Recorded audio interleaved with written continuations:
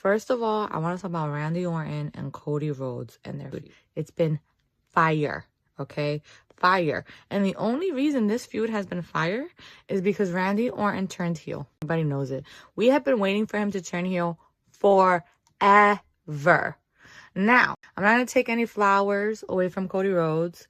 You know, I'm not a huge fan of Cody Rhodes, especially his character. But the only reason this feud is great is because of their history. So it fits Cody's character.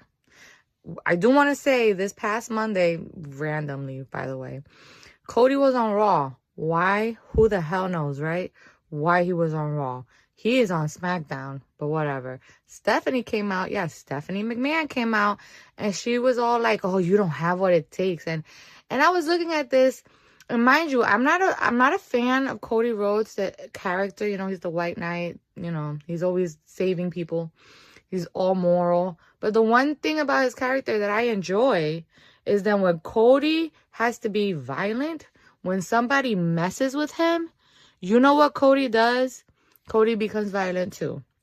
And so I don't think that this storyline makes any sense with Stephanie. That's all I have to say. She says, "You don't have what it takes." And I'm like, wasn't this like what was said when he first became champion and beat Roman Reigns? I forgot who he was fighting. Put it down in the comments if you remember. I don't think it was Kevin Owens. I'm pretty sure it was like AJ. Could have been AJ Styles. And he was telling him, "You don't have what it takes, and you don't have it." And then he beat him with like a steps. Did he beat him with steps? He beat somebody with stairs. Okay, he beat them with the metal stairs. All right, and so I know he can get violent, and I know he can get there. Can he get to the level of Orton's violence? I don't know. But he can defend himself if he needs to, right? And so, mind you, let's put a little asterisk here because I need to talk about Drew. And I've already said it. I've said it. If you look at my TikToks and if you go down to when Drew turned into a heel, when he was talking with Sami Zayn, I said he had every right to turn because everybody expects to be forgiven and not everybody is forgiven. Like, they're not going to forgive you for messing them over. You know, he turned because Jay and all that stuff. Everybody forgave Jay, but he wasn't about that life, okay? Okay, so I was with Drew all the way. And I'm with Drew all the way on this one, too. I hated that they took the title off. If they were going to do what they're doing with Randy and Cody, which, like I said, is fire, and I'm enjoying it, I'm not going to lie, then Drew should have kept the title longer. They should have removed it, and that way we could have seen Cody get screwed over and over and over again, and it would have been funny. Every time Drew got in the way of Cody Rhodes, it had me dying. Okay? And I don't think it was meant to be funny, but when Cody was like hanging on the ropes on the Royal Rumble, and out of nowhere came Drew, and he did his finisher on him.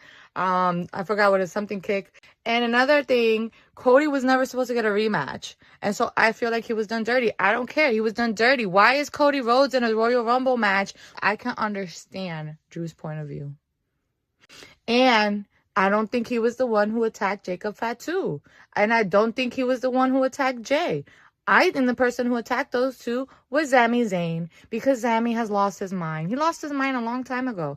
And you know what's sad? All his friends didn't even notice. They didn't even notice that Sami's losing his mind because they don't care. As long as Sami is your good friend and he doesn't win the title, he's fine. But once Sami is asking questions and kind of being a little like Randy and shit, things go off the fan. So I think it was Sami.